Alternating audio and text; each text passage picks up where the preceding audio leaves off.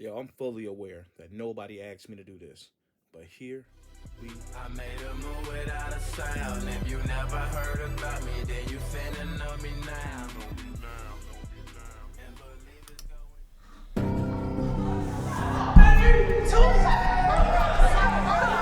For anybody who watching it, Why sometimes they be making it look fun to be in jail. get you a job. Like they having a good time. Not that it's fun, not at all. But it look like they're having a good time. Man, you feel me? That's one of the most best ways to stay out the way, to keep you out of trouble.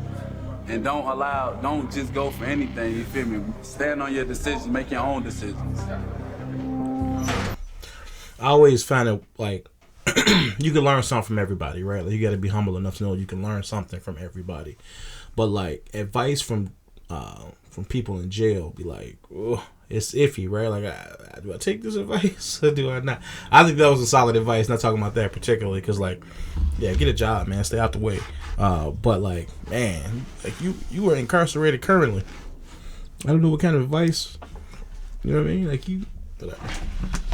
Learning from experience, right? Like learning from somebody else's poor experience. So, I mean, you can learn something from anybody, and you should try to learn something from everybody. So it's interview time, huh?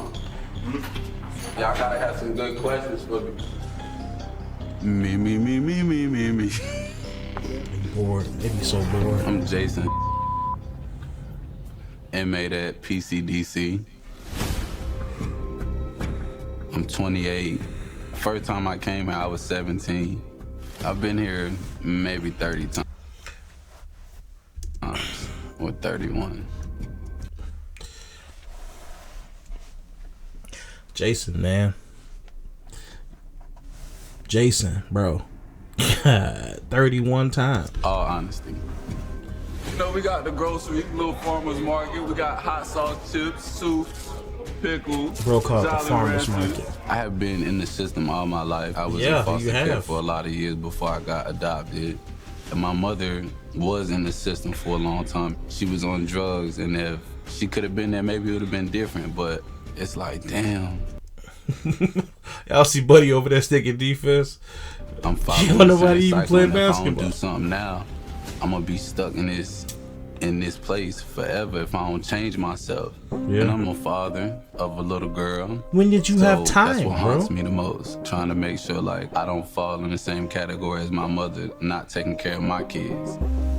Yeah. But it's like when you in a city where you try 100 times to get a job, and out of them 100, only 3 give you a call back, and only 1 might let you work there. And then once you get there, it's so much that's against you, because you always get looked down upon, or you always get judged. That's a fact. I'm not trying to make excuses for him. But it's super hard if you got a criminal background to get a job. Some states have been doing things to like make it easier, but like it's still at the end of the day come down to the person that's doing the hiring. So like, man, look, you got risk, right? As a store owner or as an entrepreneur, you got risks that you got to take, and that's one. Obviously, you got to weigh those, but like it's super hard for people to stay out of trouble, right? Because once you get one bad rap on you, it's kind of a rap. So I understand that. No excuses, right? But like, I mean, that's valid.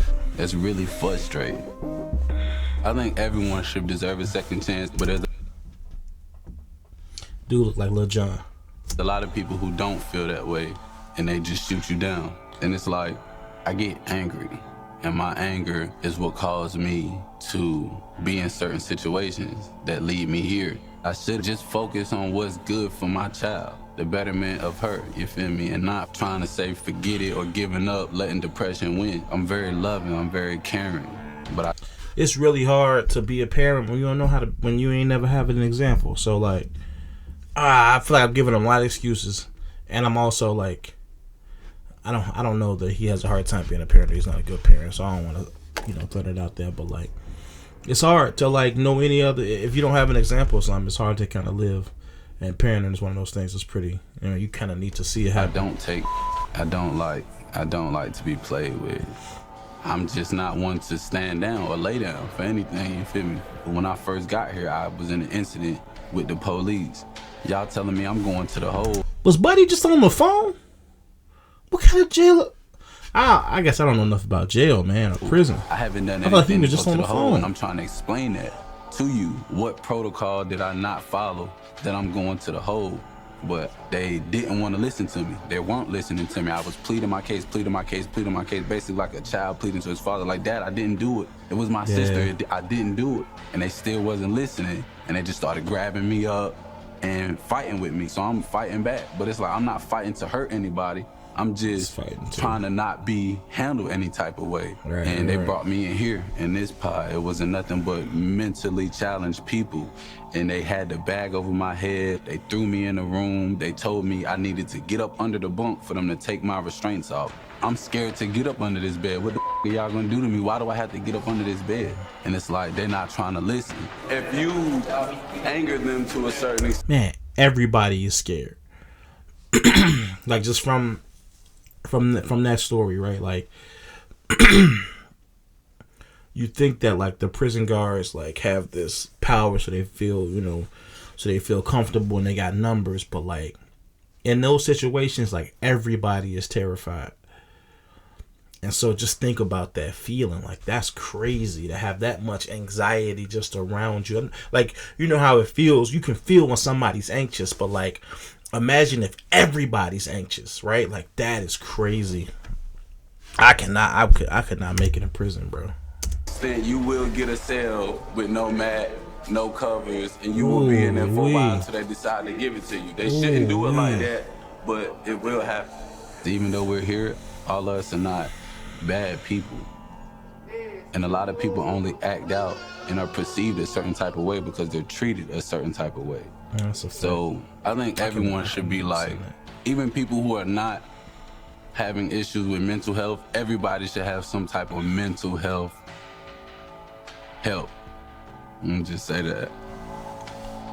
Very well said, my Word man. up, I wild child. That was pretty profound.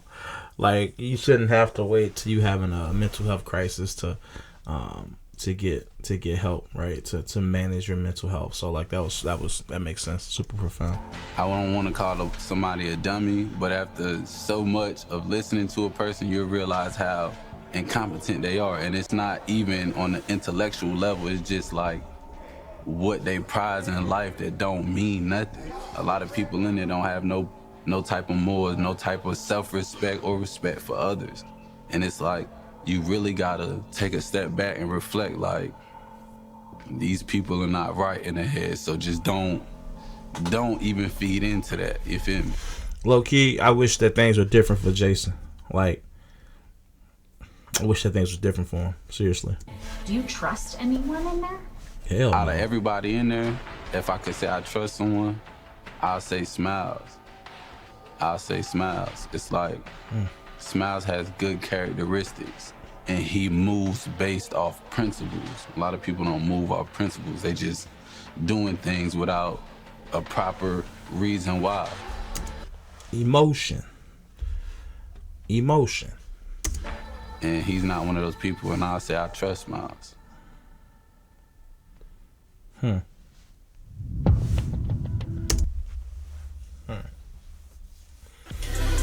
Yeah, man, I wish things worked out differently for Jason. I